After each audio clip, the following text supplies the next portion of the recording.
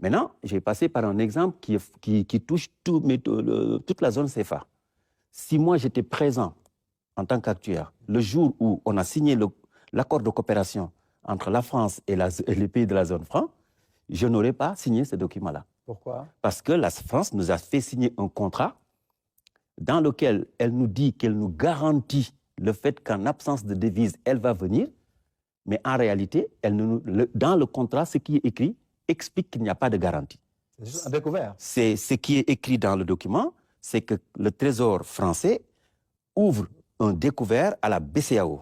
Si la BCEAO a besoin de devises, la BCEAO vient chercher et si jamais elle reconstitue ces devises, elle paye. Elle rembourse. Ça, c'est un découvert. Quand vous allez voir votre banquier qui vous donne un découvert, il ne vous donne aucune garantie. Un découvert, ce n'est pas une garantie. Donc, vous voyez, le travail d'un actuaire est un travail un peu spécifique. Oui. Et comment ça a pu échapper à tout ce système économique en zone CFA, aux économistes, aux Africains de manière générale? J'y ai tellement réfléchi que finalement j'ai écrit un article qui s'appelle Scanner de l'accord de coopération, IRM de la garantie. Parce que dans le texte, le mot garantie revient 28 fois. Le mot garantie, alors qu'il n'y a pas de garantie. Donc quand j'ai fait cette décortication, je l'ai partagé avec certains économistes. Je prends un exemple, quelqu'un comme Nongo Sambasila, que je considère comme un des très grands économistes africains. J'ai partagé avec lui, on en a discuté, je le lui ai fait même relire pour ne pas louper les aspects purement économiques. Et donc j'ai fait un texte que même le Trésor français aujourd'hui ne peut pas rectifier. Parce que je l'ai partagé avec beaucoup de personnes. Mes articles, je ne les fais pas seul.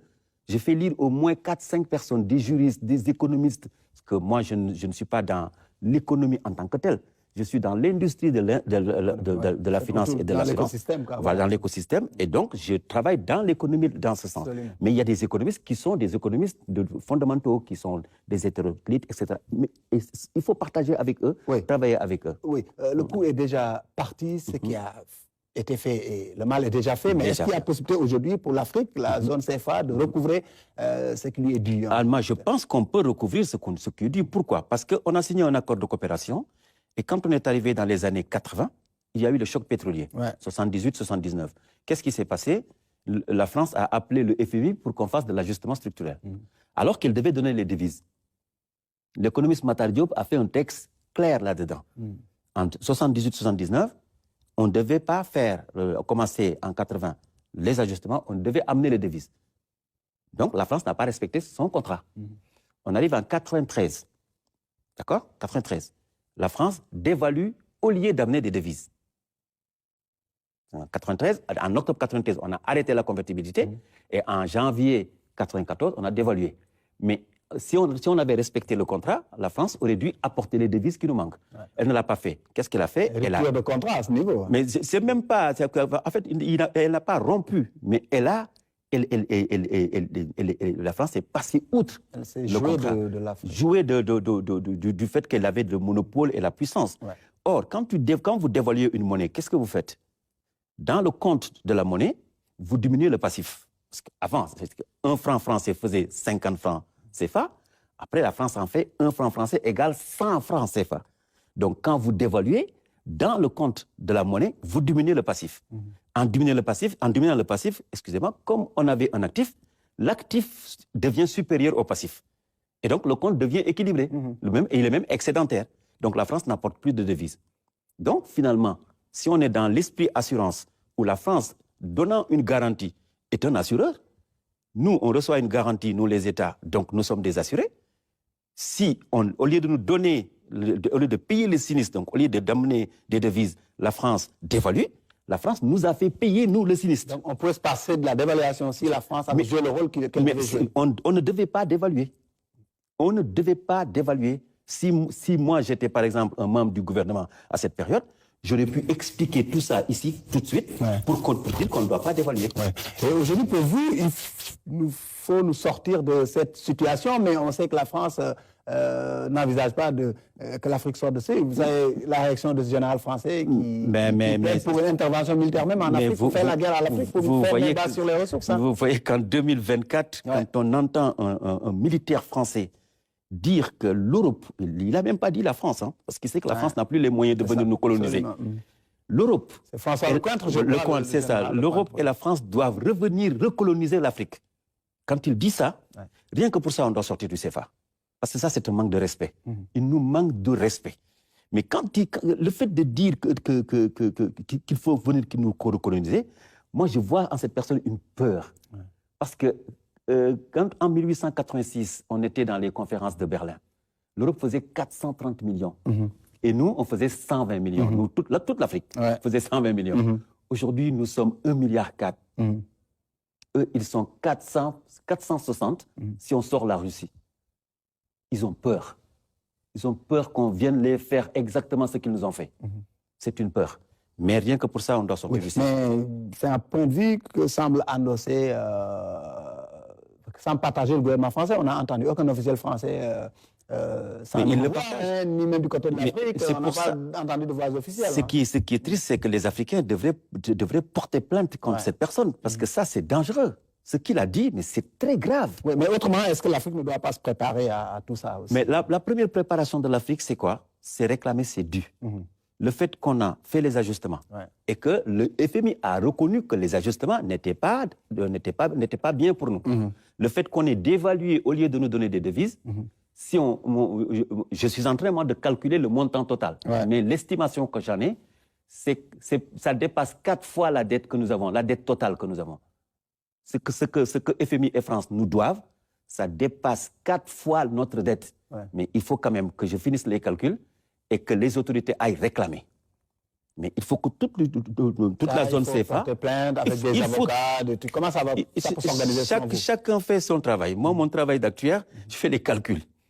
Quand je finis les calculs, je dis, écoutez, ces gars-là nous doivent ça. Ils vont aller voir des juristes qui écrivent la plainte, et on va déposer la plainte. Parce que si le général dit qu'ils vont venir nous recoloniser, et que nous, Cheikh Anta nous donne une arme, Cheikh Anta nous a dit, armez-vous de science jusqu'aux dents. À compétence égale, la vérité triomphe. Moi, je suis de ce côté-là.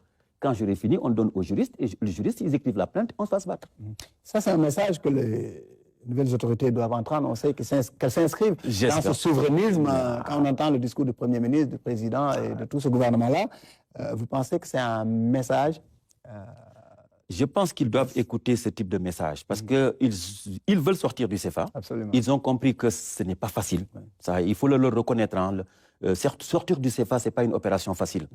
Et moi, si j'avais à même apporté ma pierre à l'édifice, je leur aurais dit, on réclame déjà nos dus, d'abord.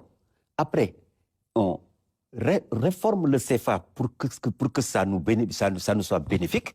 Pourquoi? Parce qu'aujourd'hui, le vrai problème qu'on a, c'est quoi? C'est qu'on n'arrive pas à financer nos économies. C'est le seul problème qu'on a. Donc voilà pourquoi le CFA pose problème.